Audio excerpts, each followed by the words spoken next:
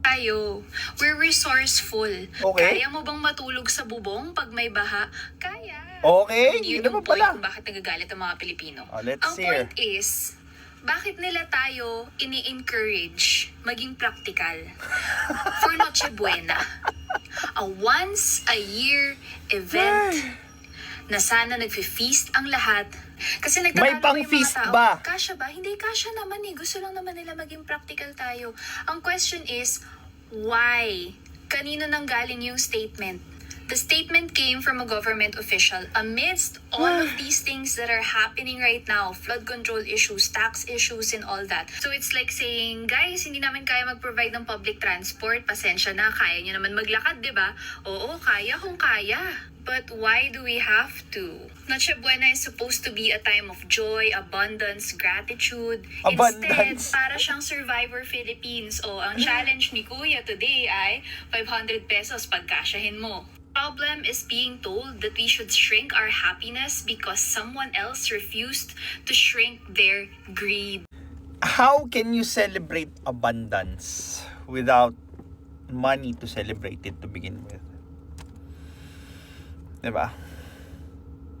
Now, again, masyadong pinupunta ng Pilipino yung lente doon sa political problem. And again, paulit-ulit ko sasabihin, yes, we have a political problem in the Philippines, but politics is not the only lens that you could view the problem. Diba?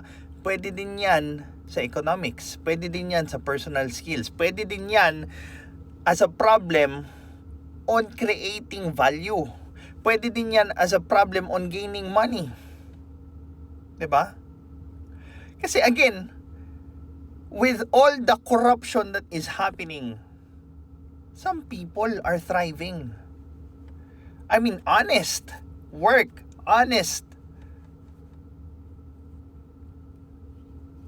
income, they are thriving despite of the corruption. Now, I'm not saying that we don't do anything about the corruption, but what I am saying is we can do other things aside from the political solution that we are thinking. Kasi pwede namang sabay umandar yun. Pwede ka namang sabay mag-improve na sarili mo at bumoto ng tama, magreklamo sa korupsyon, diba? Magsampa ng kaso, mag-training, mag-upskill. You can do that. Huwag lang kasi kayong malunod sa lente ng politika na lahat ng problema isinisisi nyo sa gobyerno, alam nyo naman palang walang gagawin yan. So, bakit nyo pa rin inaasahan ang isang inutil? One of the reasons why iniiwasan ng tao yung self-improvement is they are going to become responsible about the result.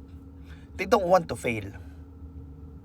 Because they do not know how they can turn failure into a lesson that they could use to further their goals or to be able to achieve their goals.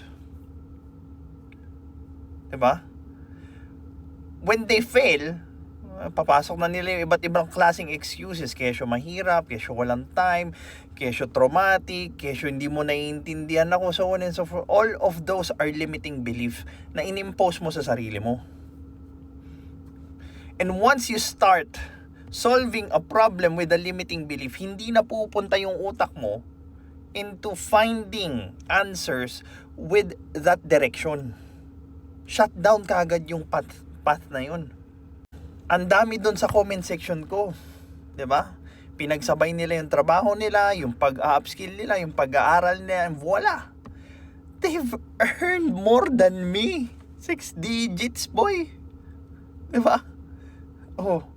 So, ba't hindi mo idolin yung mga yun? Imbis na magreklamo sa isang entity na hindi kikilos para sa'yo at pwede mo lang palitan every 3 years? Why put all your hopes and effort to that? You can do other things. You can do more efficient things than the government, and yet doon ka lang nakafocus. Doon lang nakafocus yung mga Filipino. Kasi nga ayaw nilang maging responsable doon sa mga choices nila. Kaya parati nilang sinisisi yung ibang tao, parati nilang pinupunta lahat ng pag-asa nila doon sa isang tao, imbis na maging responsable sila doon sa choices nila.